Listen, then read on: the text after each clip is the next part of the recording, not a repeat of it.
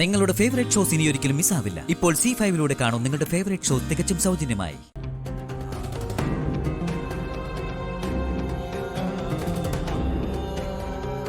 മോളെ, പടിയേറ്റൊക്കെ കഴിഞ്ഞോ? പടിയേറ്റ് കഴിഞ്ഞു. എന്റെ മുഖത്ത് അടി കൊണ്ടതുപോലെയായി. അവരൊക്കെ വളരെ നല്ല മനുഷ്യരാ. അവർക്ക് നല്ലതേ വരൂ.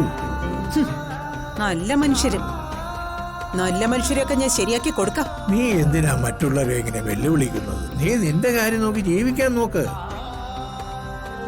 ഞാൻ എന്റെ കാര്യം നോക്കി തന്നെയാ ജീവിക്കാൻ ശ്രമിക്കുന്നത്.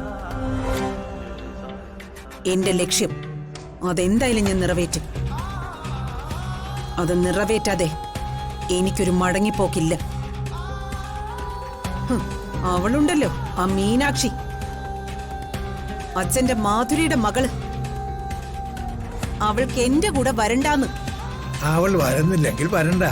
അതിന് നിനക്കെന്താ? അവൾ അവളുടെ അച്ഛൻ വീട്ടിലല്ലേ നിൽക്കുന്നത്. സത്യത്തിൽ അങ്ങനെയല്ലേ വേണ്ടത്? അത് ഞാൻ സമ്മതിക്കില്ല. എന്റെ അനിയത്തിയെ കൊന്നവരുടെ വീട്ടില് അവള് നിൽക്കാൻ പാടില്ല. ആര് കൊന്നുന്നാ നീ പറയുന്നത്? സത്യങ്ങൾ അറിയാതെ നീ വെറുതെ ജൽപ്പനങ്ങൾ നടത്തരുതേ. എന്തല്ലേ സത്യങ്ങൾ തന്നെയാ ഞാൻ വിളിച്ചു പറയുന്നേ. സ്വന്തം അമ്മയെ കൊല്ലാൻ കൂട്ടുനിന്ന ആ നന്ദിനിയുടെ ജീവൻ എന്ത് വില കൊടുത്തും മീനാക്ഷി രക്ഷിക്കും പോലും. അത് എനിക്കൊന്ന് കാണണം. മീനാക്ഷിയെ ഞാൻ ഇവിടെ ഈ വീട്ടിൽ കൊണ്ടുവരും. അവൾ ഇവിടെ നിന്നാ വളരേണ്ടത്. അവള് വന്നില്ലെങ്കിൽ അവളെ ഞാൻ പിടിച്ചോണ്ടുവരും. അതിന് തടയുന്നവരെയൊക്കെ ഞാൻ വെച്ചേക്കില്ല. അവളുടെ ഒരു പടിയേറ്റ്.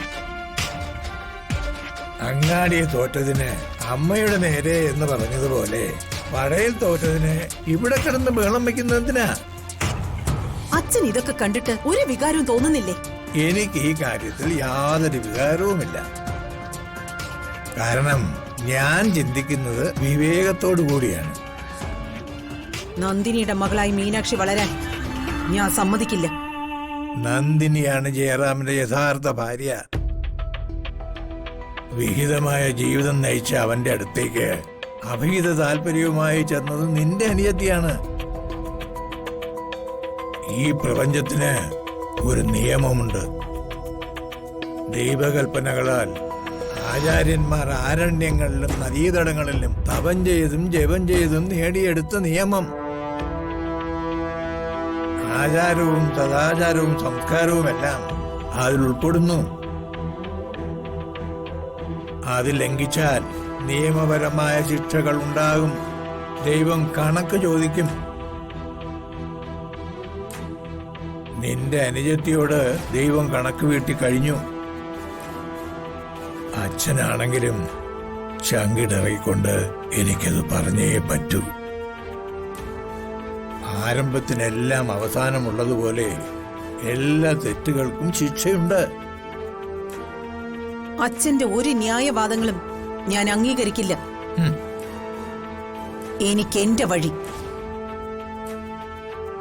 മീനാക്ഷിയെ ഞാൻ ഇവിടെ തന്നെ കൊണ്ടുവരും.